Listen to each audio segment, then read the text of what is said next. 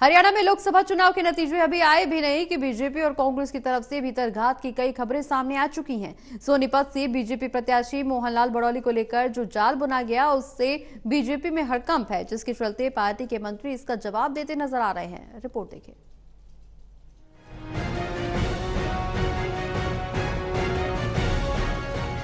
लोकसभा चुनाव के नतीजों से पहले ही क्या बीजेपी बैकफुट पर चली गई? नतीजों से पहले पार्टी क्या ये मान चुकी है कि हम कई लोकसभा सीटों पर करारी हार झेल रहे हैं? मोहनलाल बड़ौली के खिलाफ जो विरोध की आवाज उठाई जा रही है, क्या कांग्रेस को इससे बल मिल रहा है? इन तमाम सवालों के इर्द गिर्द इन दोनों हरियाणा की राजनीति गोते खा रही है। बता दें कि सोनीपत से बीजेपी प्रत्याशी मोहनलाल बड़ौली के वोटिंग के अगले ही दिन भीतरघात जैसे आरोप लगाने के बाद पार्टी के अंदर न सिर्फ हड़कंप मच गया, बल्कि नेताओं को आगे आकर उसका जवाब भी देना पड़ रहा है। अभी तक तो ये सिर्फ आरोपों तक सीमित था, लेकिन अब भीतरघात जैसी बातों से पर्दे भी खुलने लगे हैं। बीजेपी विधायक के पति की एक कथित ऑडियो ने ये काफी हद तक साबित कर दिया है कि अपनी ही पार्टी के लोगों ने बड़ौली को डुबोने में कोई कसर नहीं छोड़ी। इन सब बातों पर हरियाणा के कैबिनेट मंत्री कंवरपाल गुर्जर ने एक बड़ा खुलासा किया है। मंत्री गुर्जर ने कहा है कि पंचकुला में हुई बीजेपी की समीक्षा बैठक में मोहनलाल बड़ौली ने 2 से 3 लोगों का नाम लिया था, लेकिन इसका मतलब ये नहीं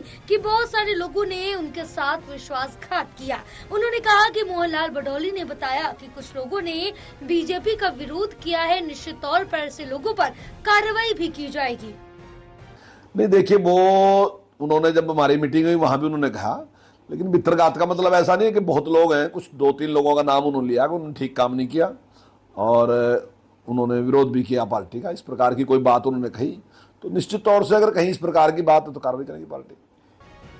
लोकसभा चुनाव 2024 के नतीजों से पहले पंचकुला में हुई बीजेपी की समीक्षा बैठक और उस बैठक में जो मंथन हुआ वो कांग्रेस के लिए संजीवनी का काम कर रहा है।